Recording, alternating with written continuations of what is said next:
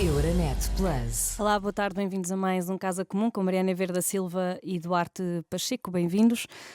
Esta semana será apenas com os dois. Em Bruxelas decorrem audições aos comissários europeus e por isso não contamos com a presença de um eurodeputado como é habitual.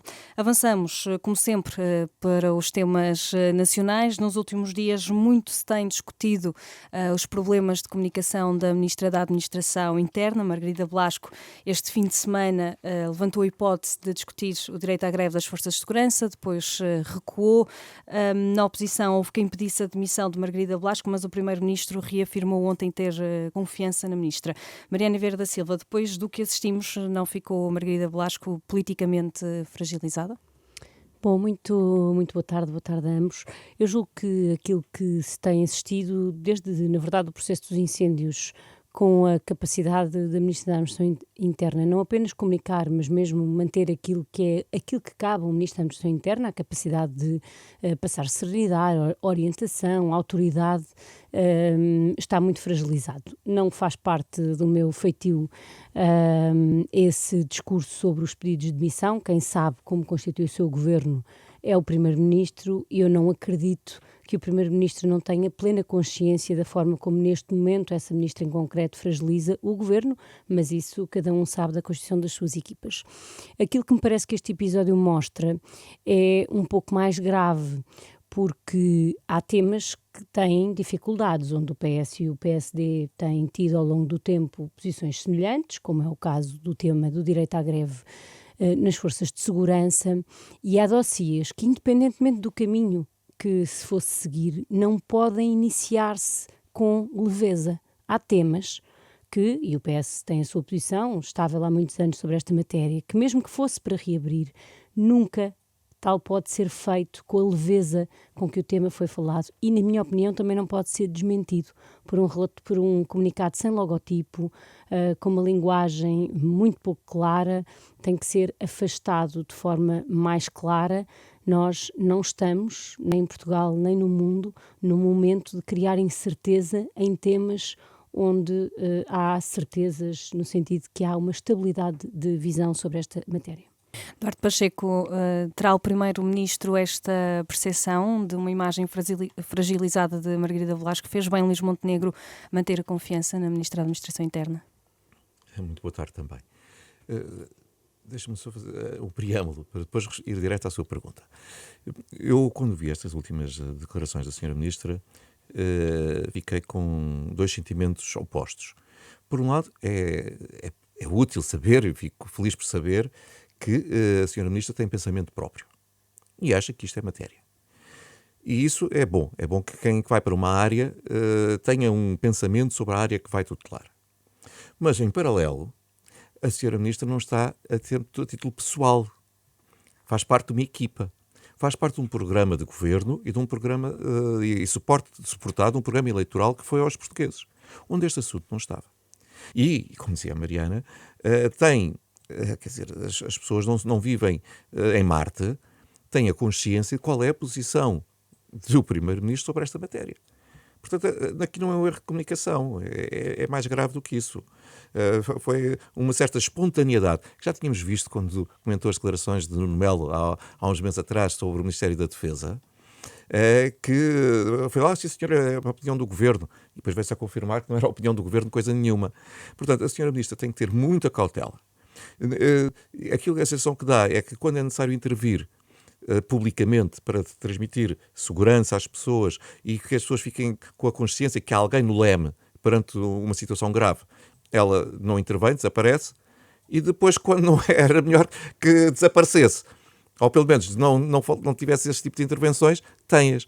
Portanto, eu acho que ela não foi feliz, não tem sido muito feliz, e tenho a convicção que o Sr. Primeiro-Ministro, não neste momento, porque estamos com 6 meses de governação, e demitir alguém, ou afastar alguém, porque fez uma declaração infeliz, não é propriamente a coisa mais forte, o motivo mais forte para afastar o governo. Mas se tivesse passado mais tempo, poderia...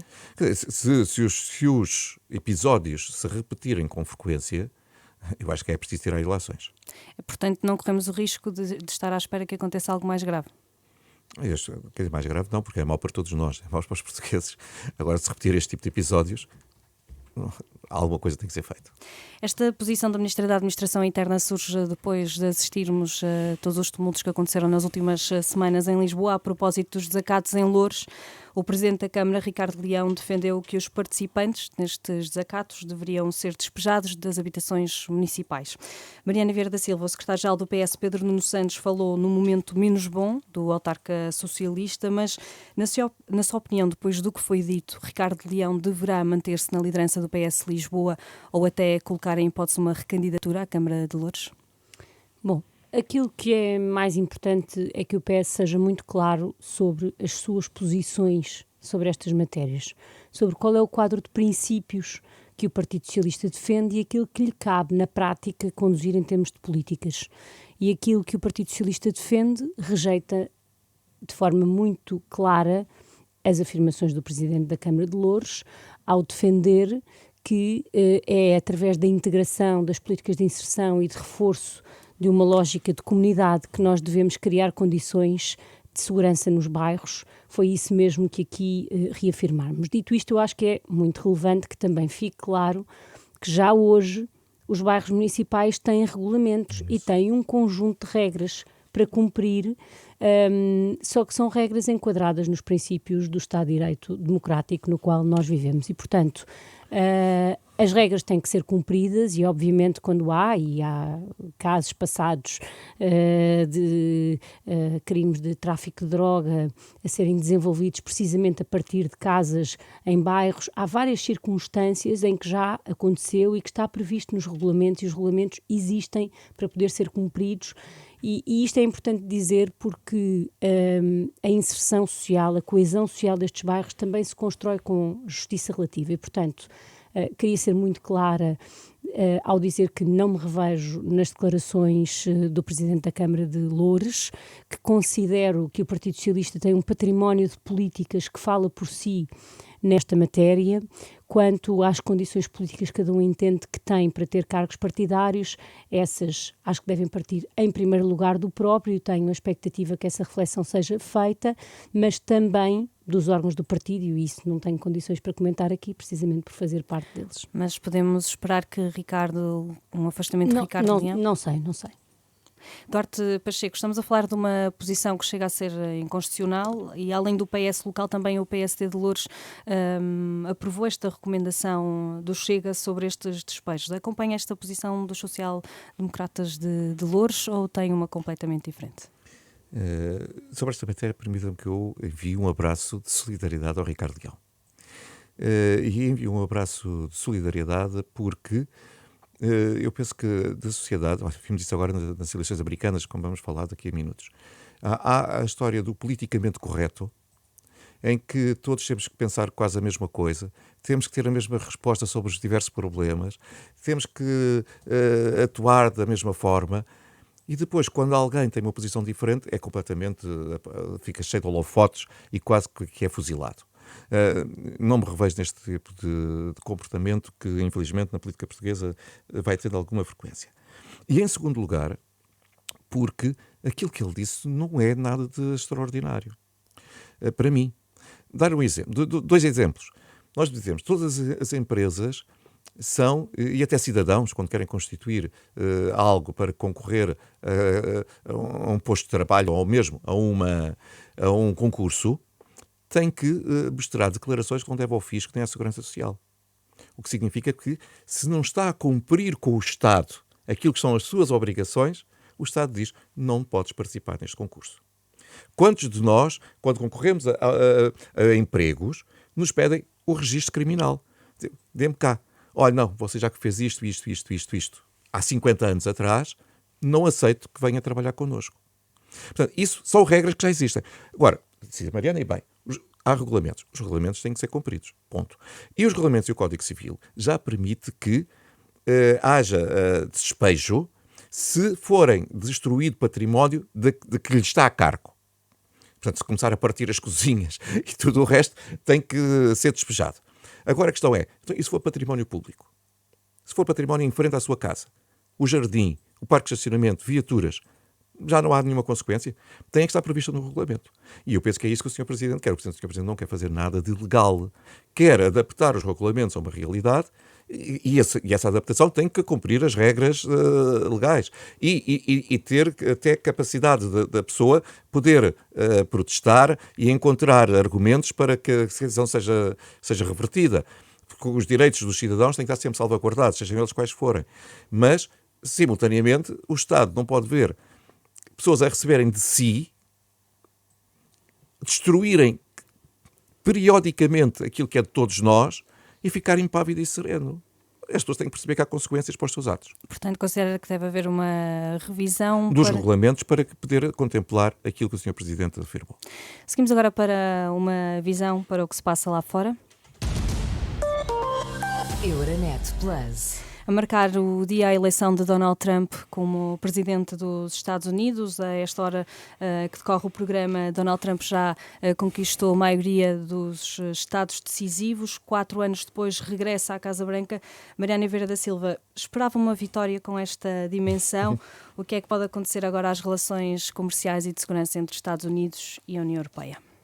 Bom, julgo que estamos todos ainda naquele momento do choque. Hoje é um dia triste para a democracia, é uma vitória de um discurso de ódio e de não respeito pelos outros, é uma vitória de um discurso de fechamento e de protecionismo, é uma vitória de uma total ausência de limites quanto às acusações e ameaças que podem ser feitas, e por isso é um dia triste para a democracia. E no mundo global que vivemos, não podemos considerar que isto é algo que aconteça num país. Terá impacto, e como aqui fomos discutindo, em todas as dimensões, desde a NATO, onde já no mandato anterior Donald Trump teve posições que podem pôr hoje em causa a forma e os passos que foram dados na NATO. Do ponto de vista das políticas protecionistas, podemos antecipar que elas vão crescer em todas as regiões do mundo, e a Europa tem muito a perder com essa mudança, mas também do ponto de vista de uma certa forma de relacionamento entre o poder económico e o poder político, que julgo que marcam estas eleições, e teremos tempo para fazer essa análise nos próximos meses, de uma espécie de aliança entre os autoritários e o poder económico, e no caso o poder económico ligado às redes sociais e já a muitos mídias mais tradicionais, que nos trará a palavra fascismo a dias presentes da nossa vida, que estou certa que nem eu nem o Eduardo Pacheco esperaríamos estar em 2024, no ano em que a democracia em Portugal faz 50 anos, a ter que ponderar dizer esta palavra com tanta frequência. Acho que é sempre uma manhã negra e de choque, principalmente quando é hoje bastante evidente que aquela esperança que há 8 anos ainda existiu, de que pudesse não ser tão mau como se previa, é neste momento uma esperança que ninguém tem. Todos sabem que Donald Trump será um presidente com menos presença de quadros republicanos de referência no seu governo, com menos respeito pelo institucionalismo e pelas regras, e portanto é um dia muito triste e uma manhã ainda de choque. Eduardo Pacheco, com todo o contexto internacional que temos, uma guerra entre a Ucrânia e a Rússia, o conflito no Médio Oriente, esta incerteza também muito associada a Donald Trump, que risco é que esta reeleição representa? Em primeiro lugar, afirmar que a democracia funcionou. E temos que aceitar as regras da democracia. Eu não acho que a democracia funciona só quando nós ganhamos. Só estava quase a fazer o argumento do Trump. Ele até há uma semana atrás dizia que havia fraude. No momento em que percebeu que ia ganhar, já não existe fraude. Quer dizer, não, temos que aceitar o resultado. Eu gostei muito, por isso é que critiquei o que eles fizeram há 4 anos atrás, no dia 6 de janeiro, e agora, se os democratas fizessem o mesmo, teríamos que os condenar. O povo escolheu. Agora, há aí 2 questões. Uma é as razões porque é que o povo escolheu. Eu acho que isto merece uma grande reflexão do Partido Democrático, mas também de nós europeus. Porque, nomeadamente, no nosso caso, o PS e o PSD, mas os partidos que têm o estatuto de governar os países. porque aquilo que aconteceu ali, vemos na Alemanha a AfD crescer, a Fronte Nacional em França, na Holanda ou na Áustria já temos pessoas da extrema-direita a liderar os governos, portanto é preciso ter muito cuidado, porque aquilo que deu para perceber é que havia um descontentamento completo, sobretudo nos jovens, com a atual situação. Porventura, indevido porque a economia até está bem, está a crescer perto de 3%, enquanto que a economia europeia cresce a 1%.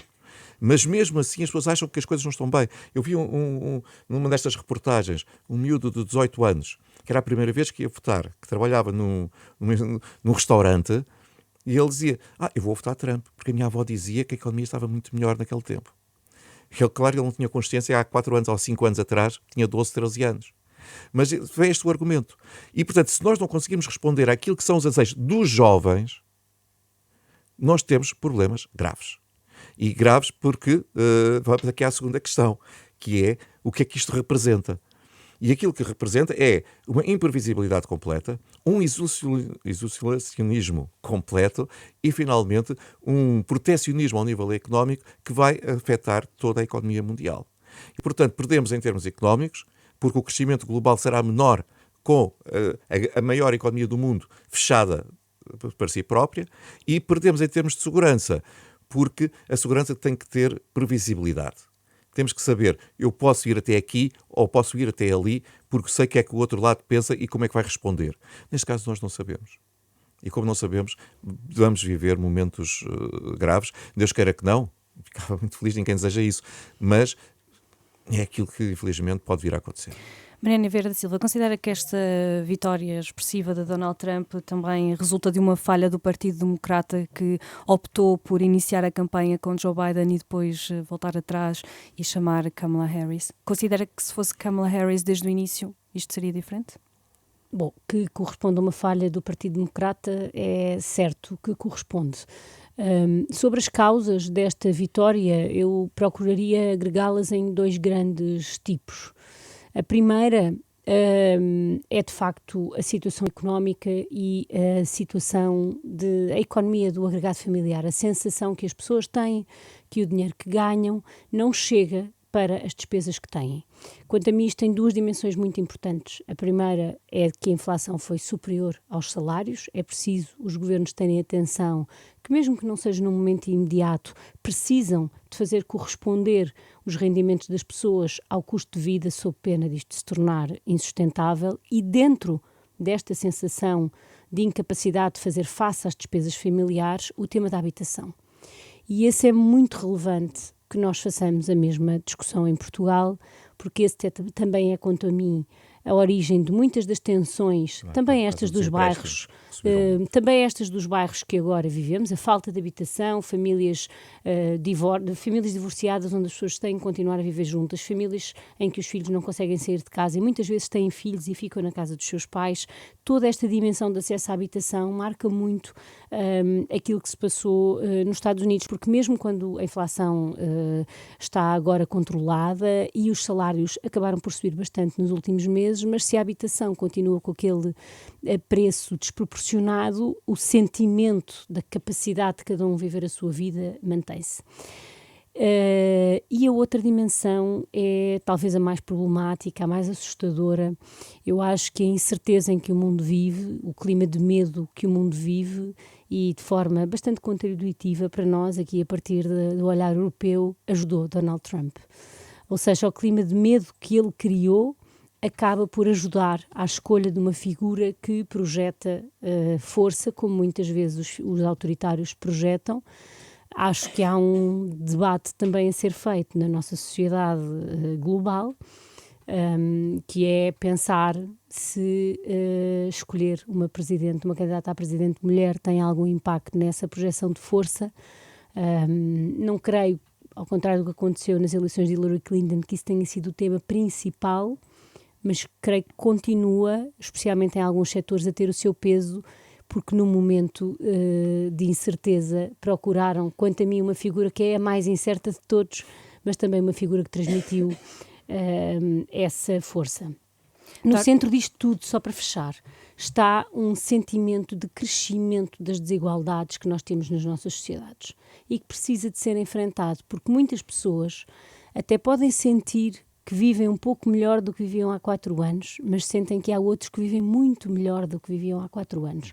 E o combate às desigualdades é, quanto a mim, o principal desafio dos governos democráticos dos próximos anos, porque sem ele criaremos mais e mais casos e a Europa segue-se com eleições importantíssimas que teremos em países centrais no enquadramento europeu, onde fenómenos como este estão já à nossa vista.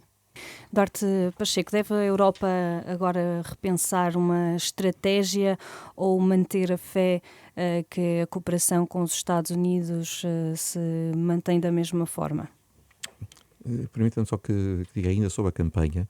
Eu penso que há um erro do Partido Democrático e que algumas vezes alguns partidos europeus seguem, que é adotar em algumas matérias que eu compreendo que sejam muito relevantes do ponto de vista dos princípios. Não é isso que eu vou questionar. Mas pôr isso como no centro do debate. Que vem muitas vezes de minorias e que não está de acordo com o sentimento de maioritário na sociedade. E depois os resultados são estes. Estou a pensar na questão do aborto, em concreto. Aquilo que ficou claro é que, sendo isto o tema central, porventura afastou pessoas que estariam de votar democrático, mas que por razões religiosas o não fizeram com base naquela assertividade. Eu costumo dizer, quando estamos a preparar campanhas autárquicas, quando fazemos uma sondagem e percebemos quais são as preocupações das pessoas, se as pessoas dizem que o seu principal problema é a saúde e o trânsito, não vale a pena estar a falar de turismo ou de planeamento. Podemos depois trabalhar essas áreas se ganharmos, mas temos que apresentar soluções para aqueles que são os problemas que as pessoas estão a identificar. Ora bem, eu acho que isto não foi feito pelo Partido Democrático e por isso causou. Agora, para a Europa tem que fazer aquilo que já devia ter começado a fazer há muito tempo, que é autonomizar-se. Nós temos um grande problema que é a própria construção europeia. Eu começo a acreditar que a Europa pode estar a retroceder para um mercado comum puro e simples, uma zona de livre trocas, porque com as divergências entre os diferentes governos, sobre todas as matérias, sem ausência de política externa, porque temos a Hungria a dizer uma coisa, a Espanha a dizer o seu oposto, só para dar 2 exemplos, faz com que deixe de ser respeitado. E automaticamente que não haja um trabalho conjunto. O trabalho tem que ser feito. Nós precisamos de investir para a nossa defesa. O relatório Draghi bem o diz, para investirmos na indústria da defesa, para termos autonomia estratégica. E espero que isso aconteça. Se pergunta se sou otimista, não estou. Temos agora de olhar aqui para o lado, para a Espanha, muito afetada por cheias na zona de Valência. Muito se tem discutido sobre quem é que devem recair as responsabilidades sobre o que aconteceu e as precauções que deveriam ter sido tomadas. Mariana Vieira da Silva, estas responsabilidades devem recair sobre Pedro Sánchez, o governador local, ou sobre os dois? Bom, sobre quem tem a responsabilidade de agir nessa matéria, creio que hoje não há nenhuma dúvida. À luz da Constituição e das leis em Espanha, quem tem responsabilidade nesta matéria, quem devia ter feito um alerta e não fez, quem recebeu um alerta e não o transmitiu aos cidadãos, quem não colocou os meios, até porque questiona a própria existência da Proteção Civil, é claramente o Governo regional. Dito isto, cabe ao Governo Nacional também passar uma mensagem e julgo que Pedro Sánchez precisava de ter, nem que fosse dito, eu estou a tentar mandar ajuda e a região não está a aceitar, porque a clareza sobre isso e o facto das populações saberem que isto está a acontecer funciona também como meio de comunicação. Eu queria chamar a atenção para que nós estamos a viver, e ainda mais na manhã da eleição de Donald Trump, os riscos de muito discurso que vimos nascer na pandemia e no pós-pandemia. A ideia de que a proteção civil é inútil, que não é muito distinto da ideia de que não precisamos de tratar as águas que saem nas torneiras dos americanos, que foi dito agora na campanha. A ideia de que há recursos a mais postos na proteção civil, ou a ideia de que as tempestades são controladas pelo governo, como Donald Trump chegou a dizer, ou que são exageradas pelos governos para exercer o seu poder. Tudo isto é um discurso que nós vimos crescer durante a pandemia e que teve este desastre como consequência. Há muitos relatos de pessoas que sentem que não foram avisadas, que acreditaram na mensagem do Governo Regional de que o pior já tinha passado e nós temos, acho que de dizer que temos muita sorte por ter um sistema de proteção civil que ao longo dos anos se tem melhorado, mas precisamos de perceber que os custos da desinformação, da desacreditação das instituições, muitas vezes são mais rápidos a aparecer do que julgávamos e medidos em vidas humanas. Portanto, a responsabilidade formal e política, quanto a mim, é do Governo Regional, mas também, quanto a mim, Pedro Sanches devia ter estado mais presente na comunicação, chamando a atenção para essa ausência. Duarte Pacheco, como é que situações como esta devem fazer a União Europeia repensar a relação com os Estados-membros, uma vez que parece que as alterações climáticas começam, de facto, a ter algum efeito? As alterações climáticas são reais, só há sempre negacionistas, mas isso é a vida. Infelizmente, são reais. E repetem-se de tal modo... Só que agora há negacionistas que governam. Pois, esse é que é o pior. Isso é que é pior. Mas de tal modo que há já quem defenda que, como uma coisa acontece em 50 e 50 anos, outra coisa é se todos os anos estamos com furacões, com fogos, com isto, com aquilo e aquilo outro, que no próprio Orçamento do Estado haja rúbrica para responder a calamidades.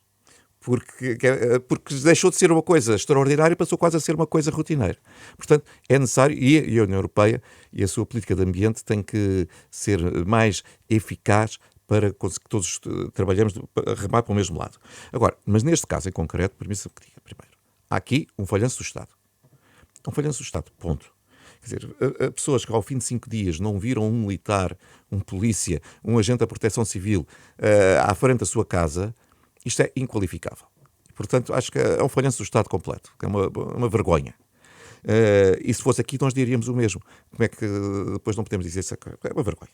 Em segundo lugar, há a responsabilidade de ambos. Mas de ambos eu punha quase ao mesmo nível. Porque do governo da região autónoma é claríssimo. É claríssimo. Quer dizer, se o Estado estivesse a responder, não estávamos aqui a conversar. Portanto, não respondeu. Falhou.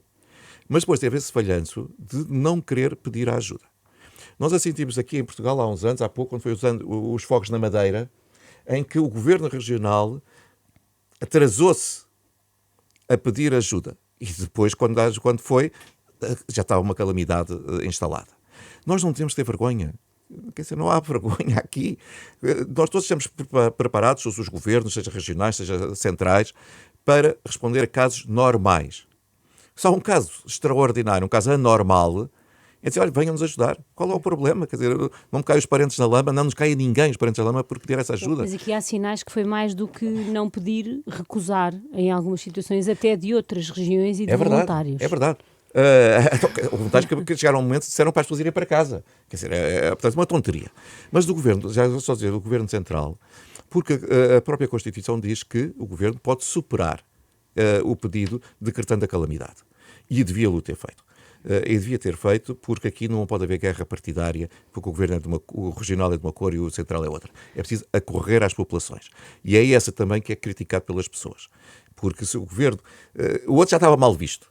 Mas se o governo central dissesse, perante isto eu decreto calamidade e vou enviar as tropas porque faz parte do território de Espanha e eu quero proteger todos os espanhóis, porventura, hoje, só um é que estava a ser, entre aspas, fuzilado na praça pública e não os dois dirigentes. Duarte Pacheco, Mariana Vieira da Silva, muito obrigada. Chegamos ao fim do Casa Comum. Regressa na próxima quarta-feira.